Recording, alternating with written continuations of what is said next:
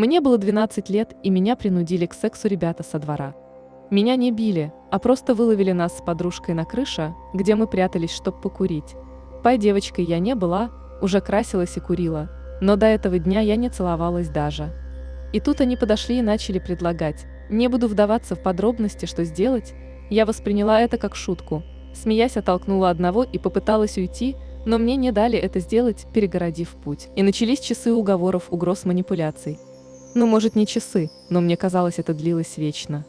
В нашем дворе жила девочка, ее с уроков забирали, из дому толпы парней, чтобы поиметь ее на какой-нибудь стройке, и когда она начинала плакать или отказывалась идти, ей угрожали, хватали за шею, били по щекам. Все об этом знали, но не вмешивались. Даже учителя, которые боялись пацанвы, ну а мы считали ее шлюхой. И вот после угроз скинуть с крыши, убить и сбить меня. Было сказано, просто так ты отсюда не уйдешь.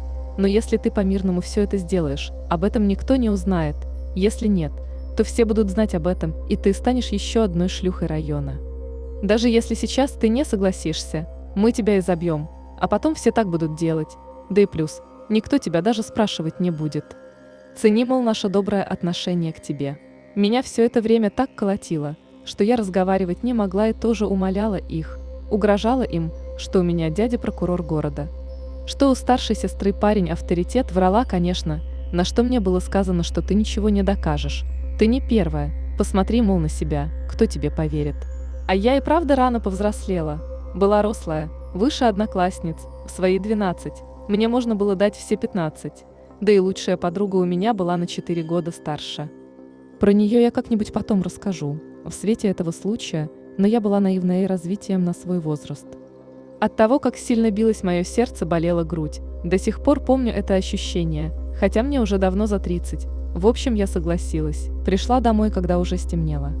Всю ночь меня мутило, но на следующий день я пошла гулять, как будто ничего не было. Я все еще оставалась ребенком. Никому об этом не рассказала.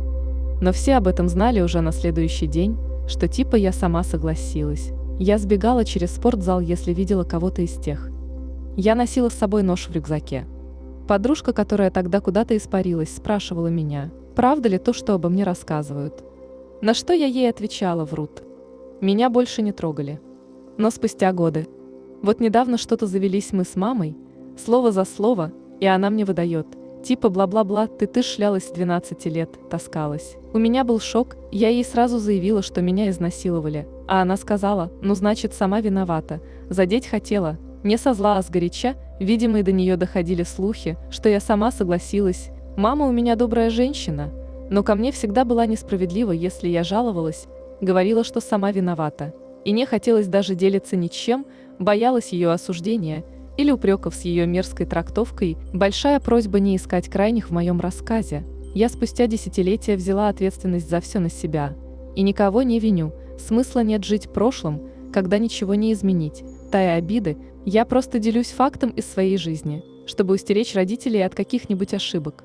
Я очень люблю маму, но никогда с ней ничем не делюсь, в плане поговорить по душам или о том, что меня беспокоит. Понравилась история? Подписывайтесь на канал и ставьте лайки, а также не забывайте нажать на колокольчик, чтобы не пропустить новые истории. Всего вам хорошего!